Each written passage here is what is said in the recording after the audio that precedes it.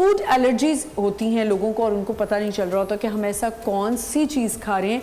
जैसे मैं किसी को जानती हूँ, उनको पता ही नहीं चलता था कि बर्गर के ऊपर, जो बन के ऊपर आप सेसमी वो होती है, सीड होती है, उससे उनको एलर्जीज़ होती थी। उन्होंने जब फूड टेस्ट कराया तो पता चला इससे उनको एलर्जीज़ हैं, तो उन्होंने वो बंद कर दी। तो एक तो मुझे ये बताएं कि फूड एलर्जीज़ के टेस्ट कौन से होते हैं? देखिए, इनके कोई ख़ास टेस्ट नहीं होते। एलर्जी के टेस्ट होते हैं, उसमें सर्टेन चीज़ों को आप यूज़ कराते हैं, देते हैं और उससे आपको देखते हैं कि एलर्जी है कि नहीं। But we can't do whole allergy test कि हम दुनिया में जितने एलर्जेंस हैं उनका टेस्ट करें। अच्छा, ऐसा है ही नहीं, ठीक है। कुछ इंडिकेटर्स होते हैं, जैसे ईजनोफिल्स बढ़े हुए हैं अगर आपके, या IG लेवल्स बढ़े हुए हैं ब्लड में, तो भी वो इंडिकेट करते हैं कि आपको एलर्जी है। लेकिन वो कहीं ना कहीं वो उनका पिक हो गया, अच्छी बात है, बट अक्सर लोगों का पिक होता नहीं है। लोग खुद पिक करते हैं कई सालों के बाद, फिर हम पिक कर रहे होते हैं कि हम ये पर्टिकुलर चीज़ लगाते हैं, खाते हैं या पहनते हैं। जैसे मैंने कहा कि एक डायरी बनाएं, जिस दिन आपको एलर्जी हुई है, बैठे बैठे आप मैंने क्या खाया, क्या पहना, क्या लगाया।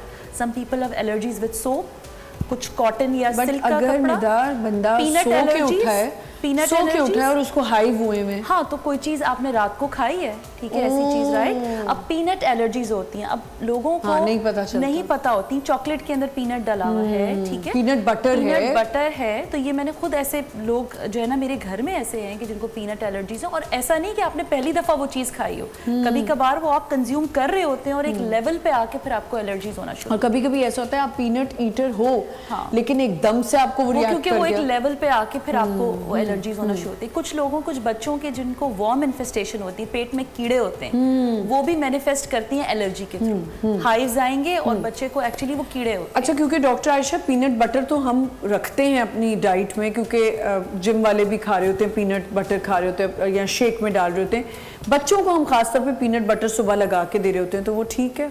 देखिए, बच्चों को जब भी कोई चीज़ इंट्रोड्यूस करानी चाहिए ना, तो वन थंब रूल के तहत करानी चाहिए। वन थंब रूल ये होता है कि आज आपने कोई भी एक नई चीज़ बच्चे को दी है, फॉर इंस्टेंस बच्चों के अंदर जो है ना एग एलर्जी भी बहुत कॉमन है। ये हमें नहीं पता होता, लेकिन बच्चों को, बहुत सारे बच्चों को, और हम एग दिए जा रहे हैं, एग दिए जा रहे हैं, नहीं करता, बच्चा रो रहा होता है। चाहे ज़रूरी नहीं है कि उसको स्किन पे ही जो है कोई ना कोई चीज़ हो, उसमें कॉन्स्टिपेशन भी हो सकती है, उसमें डायरिया भी हो सकता है, और उसमें एब्डोमिनल क्रैम्प्स, पेट में दर्द भी हो सकते हैं, बच्चा बोल नहीं सकता सही से।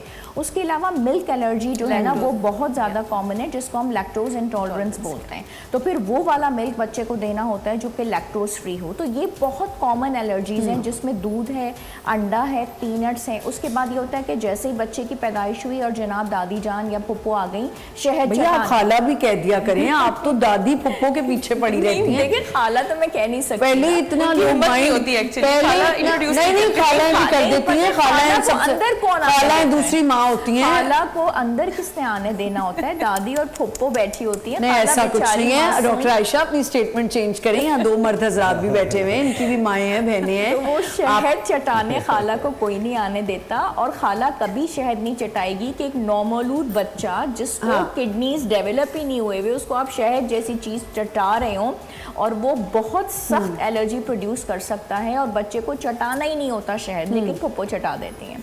तो ये जो नहीं, तो मेरी बात सुनिए, शहद तो जिस दिन बच्चा पैदा होता है गुर्ती दी जाती है, नहीं देनी चाहिए। आपने नहीं दी थी अपने बच्चों को? दी थी ना? ये ना मैं कैसे देती, मैं तो लेटी हुई थी। तो मतलब चल रहे आपके घर वालों ने तो दी होगी ना। वैसे ये क्या कॉन्सेप्ट है, मुझे ये जानना है कि बच्चे को शहद क्यों चटाई जाती है? ये चटाई जाती है, हमारे पुराने रस्म और रिवाज हैं कि वो जो भी चटाता है तो वो उसके जैसा हो जाता है, जैसा चलेगा। लेकिन मेडिकल साइंसेस के तहत नहीं देनी चाहिए, क्योंकि उस बच्चे के ऑर्गन्स डेवलप नहीं होते, एलर्जीज के अलावा किडनीज डेवलप नहीं है, तो वो कैसे सारा। इसका मतलब शहद का कोई अमल दखल नहीं है, क्योंकि मेरी वालदा ने मुझे चटाई थी, और मेरी वालदा was my opposite. She was completely very calm person, and कोई आगे से किसी से रिटेलिएट नहीं करना, कोई जवाब नहीं देना, बस चुप कर जाना। और मैं सबसे ज़्यादा जो है पूरे घर तक पहुंच के आती हूँ अगले के। तो बात ये कि शहद का कोई अमल दखल नहीं है। शहद का बिल्कुल अमल दखल नहीं है। तो ये बहुत कॉमन एलर्जीज़ हैं। अच्छा, उसके अलावा IgA लेवल्स, IgE लेवल्स तो आपने करवाए, लेकिन पीनट्स हैं, एग्स हैं, मिल्क है, दूध है, उसके अलावा फिश की एलर्जी है, और गोश्त की एलर्जी भी बहुत कॉमन है।